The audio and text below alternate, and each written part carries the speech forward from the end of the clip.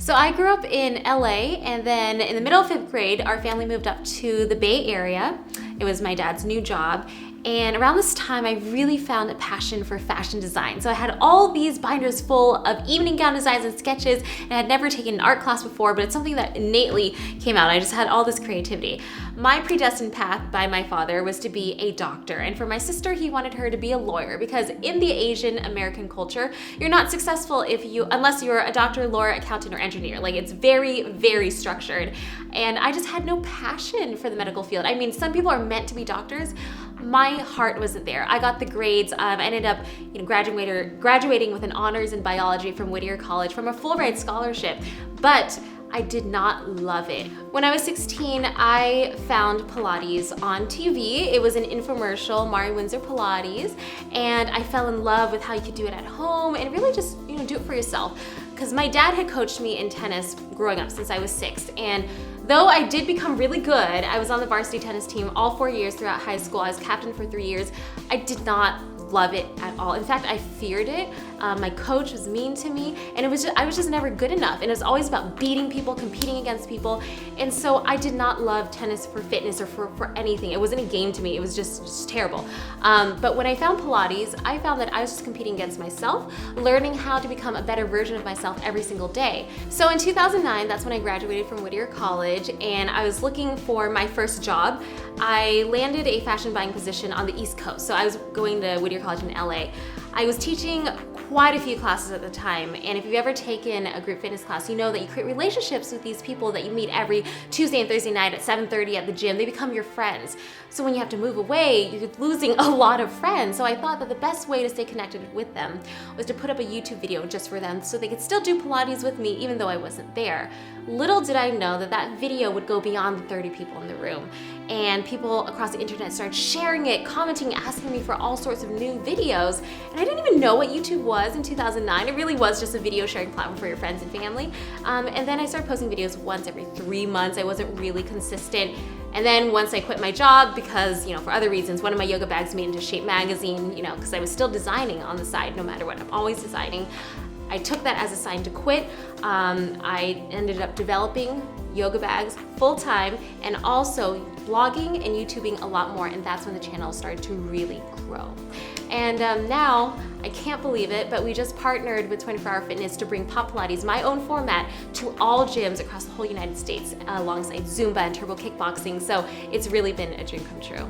Because the initial reason for growing the channel, or even starting the channel, was just to teach, and I'm still teaching, I think that's the real reason why the videos have done so well and the channel has truly grown. I think a lot of people getting on YouTube now are trying to be rich or be famous or do it for some other reason than actually creating good content. Every single time I put up a video, I ask myself, how is this video going to help my fans transform their bodies better? How is it going to help them be better people, stronger people than they were yesterday? So as long as the fans are happy with what they want and I'm guiding them to find better versions of themselves every day, then I know I'm doing the right thing. And clearly that has shown with the growth of the subscribers and everything, and people of course just sharing by word of mouth. So I'm really, really grateful for my fans. My fans are the reason why Blogilates is anything that it is right now. So it's really interesting to be in this space because I am the only Asian female in the fitness space, or even at the DVD rack at Target. You will not find someone else. So, growing up in LA, I didn't even see myself as Asian. It was really interesting. All my friends were white, so I just thought myself as a person. I never saw that.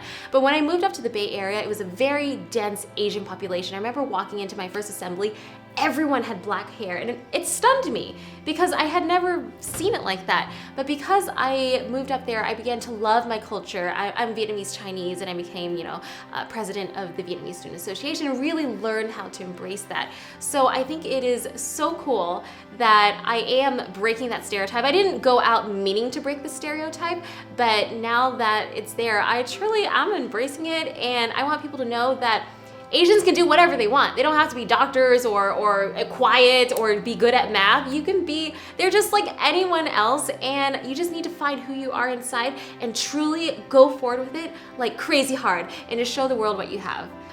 I think it is so amazing that we are doing that. Well, first of all, thank you so much for having me as a part of the I Am campaign. I remember watching these and being so inspired and wishing that one day I could be in it, so thank you for making that dream come true.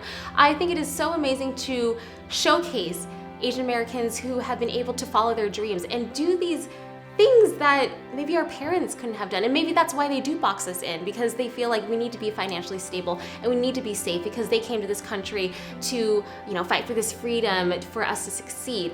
They see success as one way, but we see success in a totally different way. And I think it's so important that you guys are helping, Asian Americans across the world, see that you can find happiness, success, and fulfillment all in the same lane.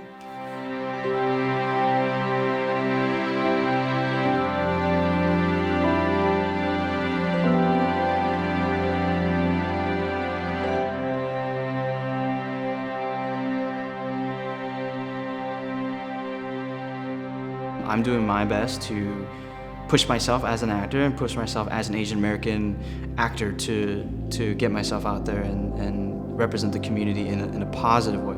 Don't be afraid to fail, because failures add character and color, and it's those imperfections and flaws and mistakes that you make along the way that add to a great story. We just wanted to bring good food to good people. If you love what you're doing, go do it, because if we can do it, so can you. Asian Americans, I'd say, are known as trendsetters on YouTube because there's no barrier to entry. You just need to find who you are inside and go forward with it and just show the world what you have. In terms of Asian representation, it's an important issue, and the more there's a dialogue about it, I think the more progress that can happen. To ask these questions is really important, but what are the answers, and what are you going to do with the answers to these questions that are the most important thing?